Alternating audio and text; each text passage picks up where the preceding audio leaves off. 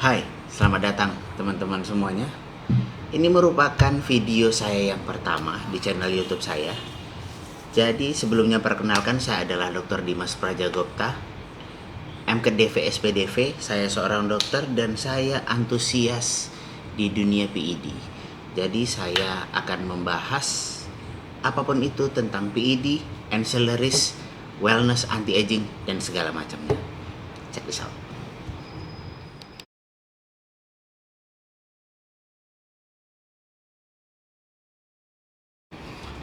Jadi tujuan saya bikin channel itu bukan sebagai mengajak teman-teman semua untuk menggunakan PID, tapi lebih kepada edukasi. Kenapa? Karena sudah cukup lama kita itu sulit mendapatkan informasi, pengetahuan yang lebih tentang kebenaran dari PID atau performance enhancing drug. Sebenarnya gini, PID itu atau performance enhancing drug itu adalah satu substansi, compound, obat yang digunakan untuk meningkatkan performa seorang manusia, baik itu dari segala macam bidang, olahraga,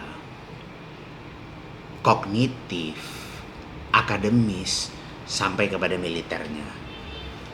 Dan PID itu sendiri secara sejarahnya itu udah banyak atau udah lama digunakan. Dari zaman mitologi Yunani dulu itu udah banyak digunakan PID. Zaman dulu mereka menggunakan brandy, wine sebagai bahan yang bisa meningkatkan performa mereka, baik itu dalam pertandingan olahraga, berperang, dan segala macam lainnya. Sekarang gini, kita masuk ke dalam PID-nya sendiri. PID itu sebenarnya ada banyak banget, mulai dari AAS atau yang biasa kita kenal dengan bahasa awamnya itu steroid. Tapi saya nggak mau menyebutnya sebagai steroid. Kenapa? Karena steroid sendiri adalah golongan obat, dan tidak semua golongan obat steroid bisa kita gunakan sebagai performance enhancing drug. Jadi kita lebih menyebutnya sebagai AAS atau anabolic androgenic steroid. Selanjutnya ada yang namanya stimulan seperti kafein, amfetamin, efedrin.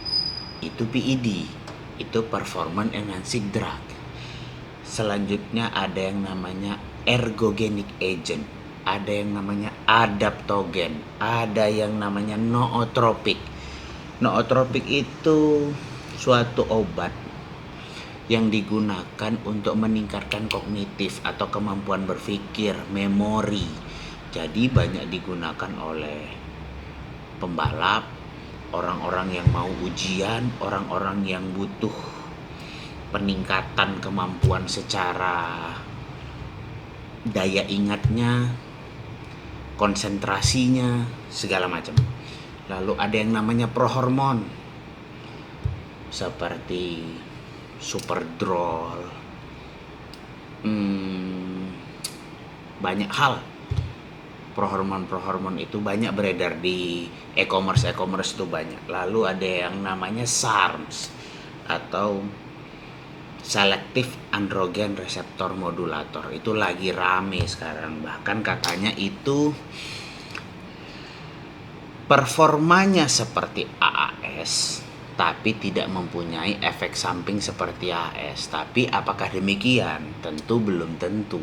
Banyak hal yang harus kita gali lagi tentang apa itu SARMs, bagaimana kerjanya, apakah benar dia tidak punya efek samping, atau bahkan sebenarnya lebih buruk daripada AAS itu sendiri.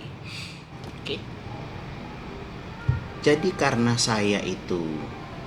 kebetulan saya itu di dunia bodybuilding, saya senang yang namanya bodybuilding, saya senang fitness. Jadi saya akan coba membahas masalah PID di dunia bodybuilding sendiri. Mungkin teman-teman sekarang lagi rame ya sama yang nanya-nanya masalah neti or not, natural atau enggak. Mungkin saya pun bertanya-tanya, kapan sebenarnya seseorang itu dikatakan dia masih neti atau sudah tidak neti lagi? Itu menjadi hal yang sensitif ya ketika kita bicarakan hal itu pada sebagian atlet. Sebagian loh ya. Tapi ada juga orang-orang atau atlet-atlet yang udah cukup terbuka selayaknya di luar negeri sana mengatakan bahwa saya tidak natural, saya pengguna PED. Dan kenapa tidak? Karena prinsip saya itu our body, our money, our rules. Badan-badan saya yang beli pakai duit saya, kenapa Anda harus ribut? Kan gitu. Begitu juga dengan orang yang natural. Dia juga akan bilang, loh kamu kenapa harus ngurusin saya? Mau saya ngaku neti kek, mau apa kek? Gak ada hubungannya sama kamu. Makanya itu menjadi pembelajaran sebenarnya bagi kita bahwa semua orang itu berhak punya pendapatnya masing-masing, freedom of speech-nya masing-masing, bebas-bebas aja. Dan kalau kita kembali kepada masalah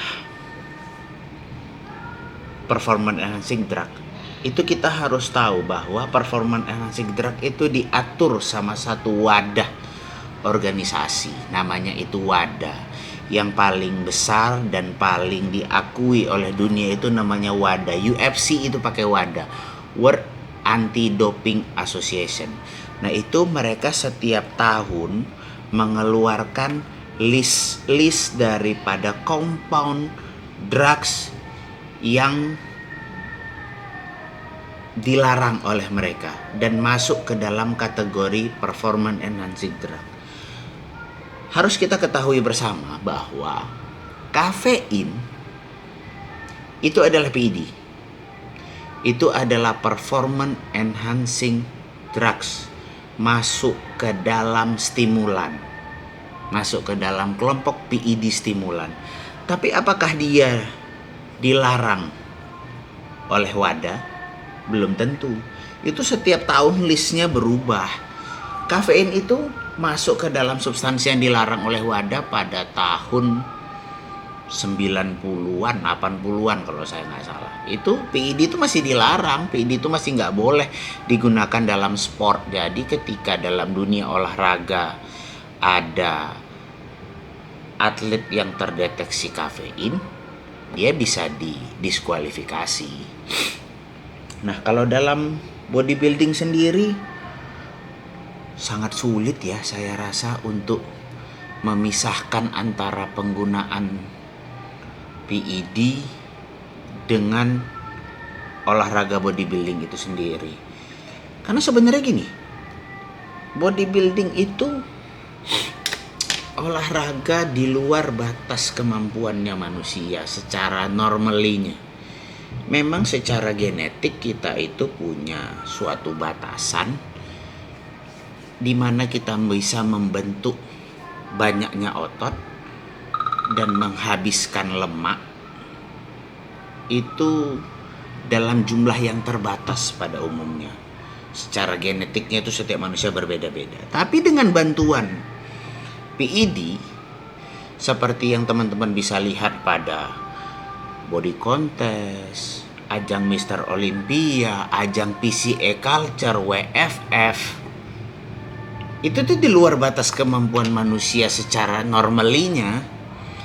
Dan hampir tidak mungkin seorang atlet yang berlaga di kompetitif bodybuilding apalagi kelas dunia itu terlepas dari yang namanya PED. Sekarang yang menjadi masalah adalah apakah PED tersebut dilarang oleh afiliasi atau asosiasi yang mengadakan. Belum tentu. Seperti IFBB, Olympia kita bisa sebut. Apakah dia ngambil pusing dengan atletnya yang pakai PED? Tidak, sama sekali tidak. Dia tidak ada mempermasalahkan itu semua dan mereka open. Sekarang kalau kita tanya lagi atlet-atlet AFBB Pro itu, apakah semuanya natural? Ada yang ngaku natural, ada juga yang nggak natural. Jadi ya kembali kepada individunya masing-masing sih kalau saya bilang ya. Sekarang kita masuk ke PED yang biasa digunain di dunia bodybuilding. Ada yang namanya AAS, Anabolic Androgenic Steroid. Baik itu testosteron, trenbolon, boldenon, stanozolol, masteron, turinabol, dan lain-lain, anadrol, dan masih banyak lain. Ada AS, ada lagi yang namanya prohormon. Prohormon itu sulit dijelaskan sebenarnya karena dia itu adalah senyawa kimia turunan daripada anabolic steroid. Kalau sama seller-seller yang di e-commerce itu banyak dibilangin, wah ini lebih rendahnya daripada steroid, lebih tidak ada efek sampingnya, lebih aman. Ada lagi yang namanya recombinant HGH. Recombinant HGH itu adalah senyawa kimia atau kumpulan daripada compound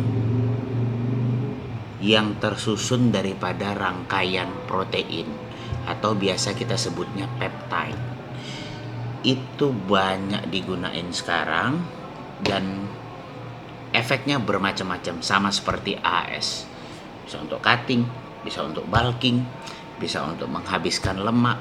Tapi tidak hanya sebatas itu, dia juga bisa kita gunakan sebagai wellness atau menjaga kesehatan kita dan sebagai anti-aging drugs.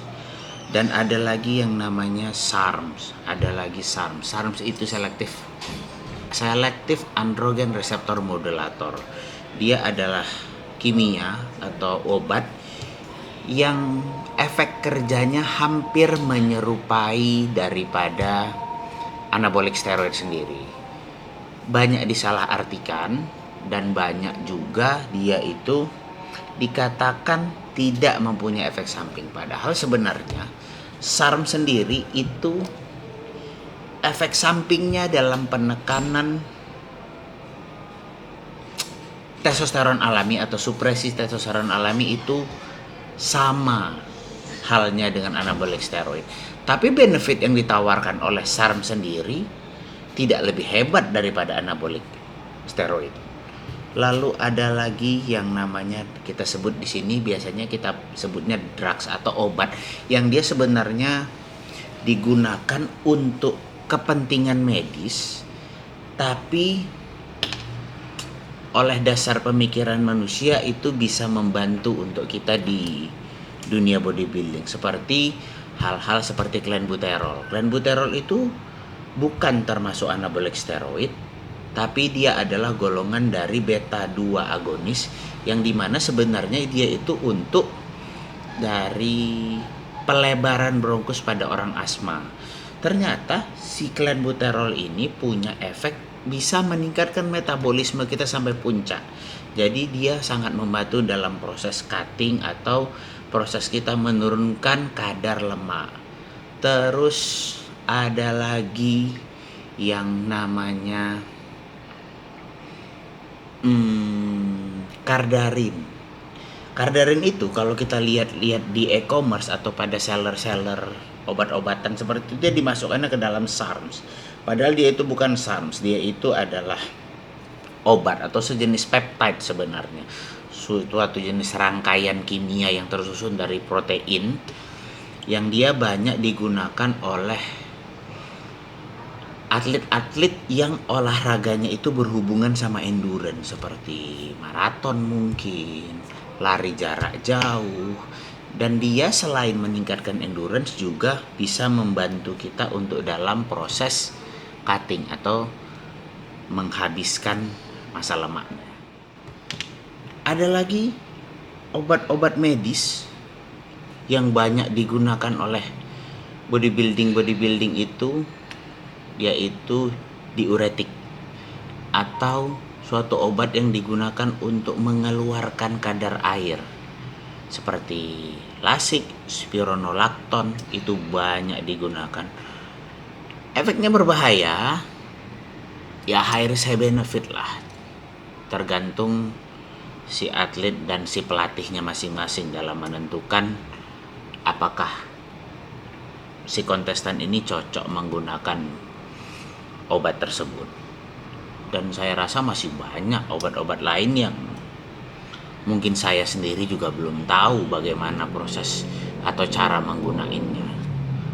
Bahkan akhir-akhir ini saya tuh sering mempelajari obat-obat yang biasa digunakan medis untuk diabetes tipe 2 dan anti obesity drugs, karena ternyata obat-obat itu di luar negeri dan diakui secara FDA itu tuh bisa membantu untuk kita di bodybuilding dan membantu kesehatan secara umumnya.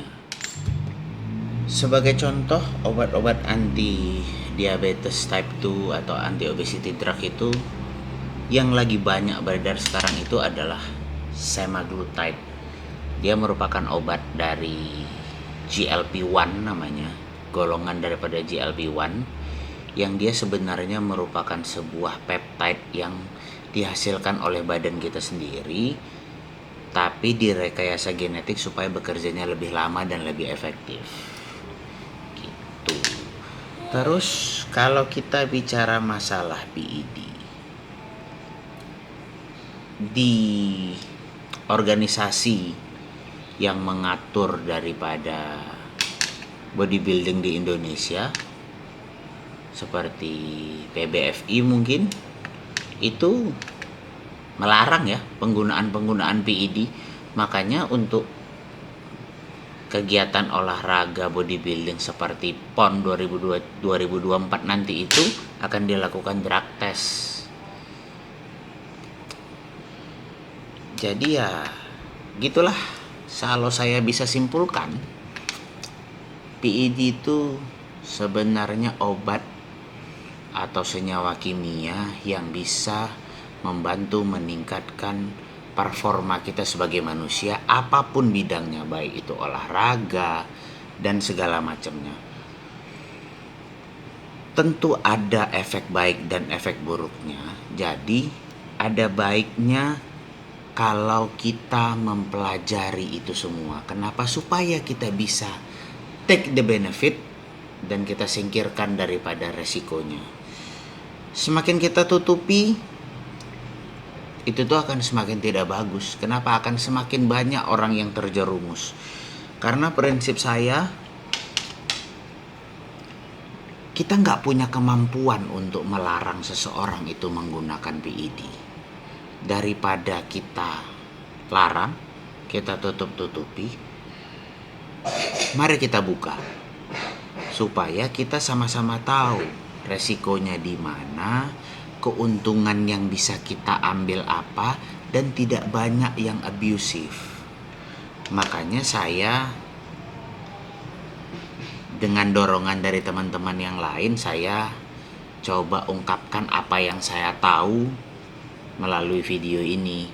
Dan nanti ke depannya mungkin saya akan banyak membahas tentang PED yang khusus di bodybuilding. Nanti saya akan coba bahas masalah profil-profil AAS-nya, masalah profil-profil peptide, mungkin kombinasi-kombinasi stacking yang wajar dilakukan. Ya supaya kita sama-sama tahu dan sama-sama belajar, sama-sama sharing. Tapi jangan ditelan mentah-mentah apa yang saya bilang. Karena belum tentu juga saya benar 100%. Ini hanya video pembelajaran. Ini cuma edukasi. Saya belum tentu 100% benar. Nggak usah didengerin. Kalau bisa searching sendiri. Do your own research. Oke, makasih udah datang di channel saya. Nanti lebih kurangnya saya perbaiki. Makasih, thank you.